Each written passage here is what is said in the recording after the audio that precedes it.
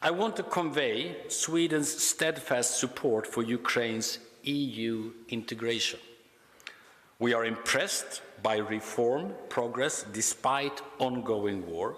We will do all in our power to ensure Ukraine's rightful future as a member of the European Union.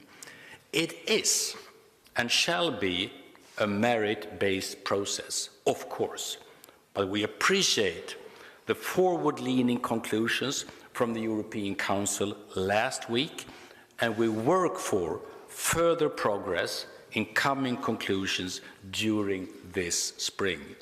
You are European, you belong to Europe, and you belong in the EU. Ending Russia's war against Ukraine is a matter of global peace and security. Your peace plan deserves strong support. In terms of fighters, I think Sweden said last week when we met in Brussels the same thing that several other countries said: we don't exclude anything right now. This is not the time of excluding anything. But at the same time, we also acknowledge the fact that we need an international coalition to do further steps. That is quite obvious. That has been the case all the time. I fully understand the Ukrainian case that do not take too long. I fully understand that. And I think all countries also fully understand the national considerations on how you defend your own country, on what different countries can deliver individually and together with others. So there is an ongoing process. Putin is making a tremendous miscalculation if the Russian regime believes that time is on their side. Thank you. Thank you. I welcome the new pledges of support made by NATO allies, including more heavy weapons and military training. This is critical.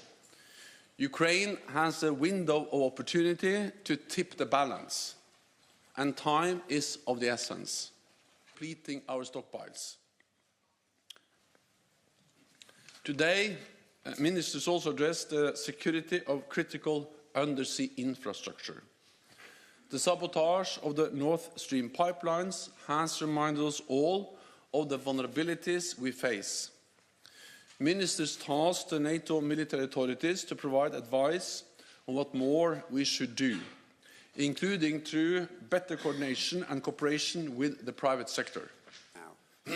And you warned about NATO's own stockpiles of ammunition that production needed to... So yes, things are happening, but we need to continue, we need to step up even more, because there is a big need out there to provide Ukraine with ammunition. This is now becoming a grinding war of attrition, and a war of attrition is a war of logistics, and therefore this is so crucial for our ability to ensure that Ukraine wins, is able to retake territory. Okay, start with the BBC. 28 allies have already ratified both protocols, and then Hungary and Turkey has not. And therefore it is for Turkey to decide whether they ratified both, and I have recommended that, or whether they ratify only one of the two documents.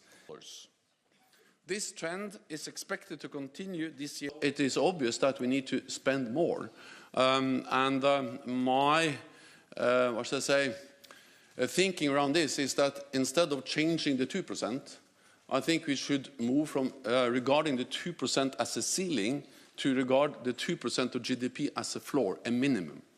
Thank you.